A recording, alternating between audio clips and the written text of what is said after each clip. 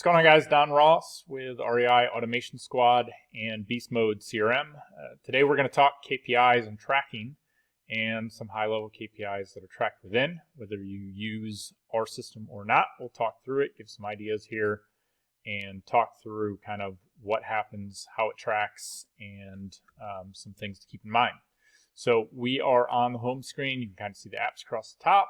Property Leads app is where we handle our sales process with sellers and some of the different stuff that we handle within there. So when I open up one and we're inside the Property Leads app, this is what it looks like. You've got your seller's basic information, and we kind of scroll through your sales process, where you're at within the sales process. We're going to talk about setting an appointment. What does that do? What does it look like?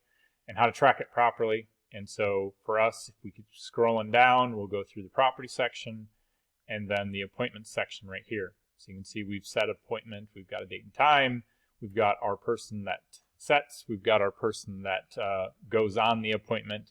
And one thing to note is we've got this one filled out. Now if I open up another item, you can see if I scroll down and get into the appointment section, this one we don't have filled out. So the proper way of doing this within our setup is you fill out the appointment section with date and time of appointment and who set it, who's going.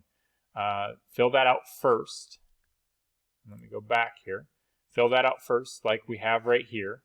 And once you have that section filled out, you update your sales status. And so for new lead, we're going to go ahead and update it to appointment set. And once we have appointment set, the system is going to track which Podio user clicked it. So you see here I've got my Podio user that's gone and set this appointment. And then we can go ahead and start looking of, okay, that's the user that set it. When we come down to the appointment section and we open up this role, we've got the acquisition and setter. We've got Automation Squad 1 is the role of setting the appointment. You can see the email is right here. So we look at this and we say, hey, the team member that set that appointment and the team member that's going. So there you go, difference between the two going and who set it. All right, so the person that set it, we look at this relationship field, say, hey, that email, that user is the same as the user that we're logged into and we're setting it. That person clicked on this sales status or next action that we call it, and we've got an appointment or an appointment set. We've got an app here that tracks all of our KPIs. So let's talk through this. We've got the Property Leads app, and when we work our sales process and click appointment set and we fill in the appointment section, it goes ahead and creates a new item here in the app data and tracks that KPI. The person or persons that set the appointment and the people that are going on it, this is the team members app, and that was the field that you saw where I filled in here. That's where they're stored. So we go ahead and we say, hey, if it's updated here with a new sales status, take a look at the team members app, look at the user, and then go ahead and create an item in app data that has that new KPI. So if I go into app data and I refresh, I'm going to go ahead and see that we have a new appointment set for that item. And if I go into it, app data shows appointment set, it shows the relationship to the property, it shows date of when it happened.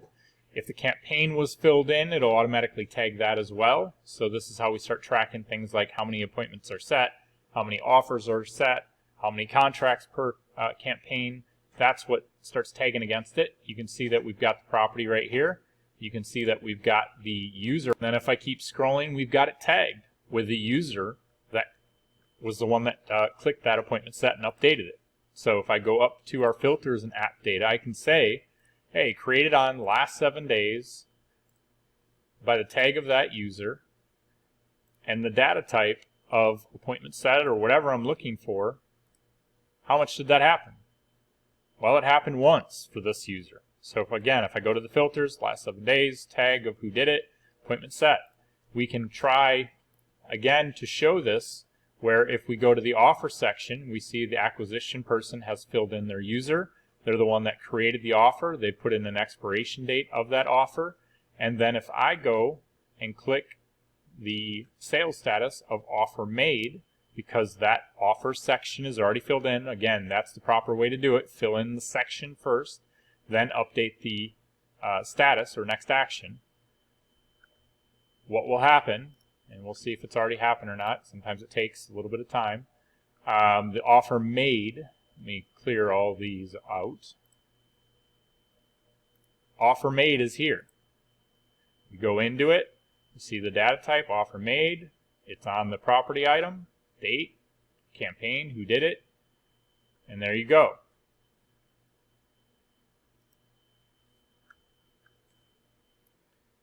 Okay, and so the tag to the app data, go on created last 7 days, tags, pick the user, data type, offer made.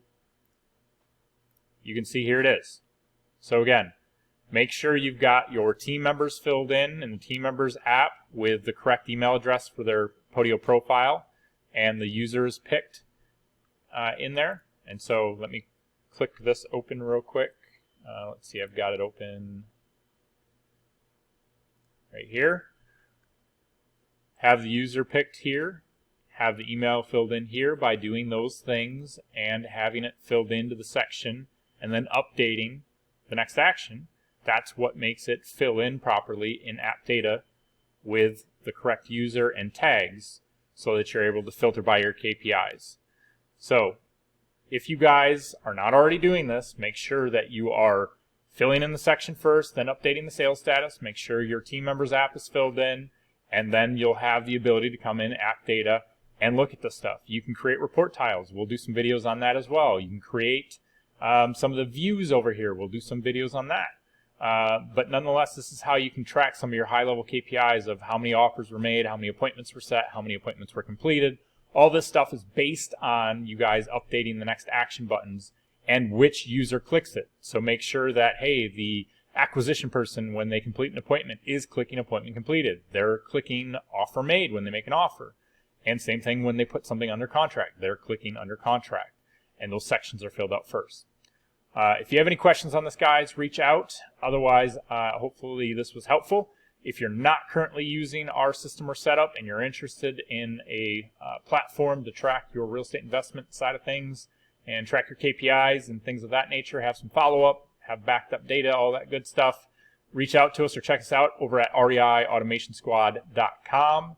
We've got the chat bubble Monday through Friday, 9 to 5. You can always reach out with a support ticket, support@reiautomationsquad.zendesk.com, and we'll take care of you there. And we'll look forward to it. And we'll see you on the next video. Take care, guys.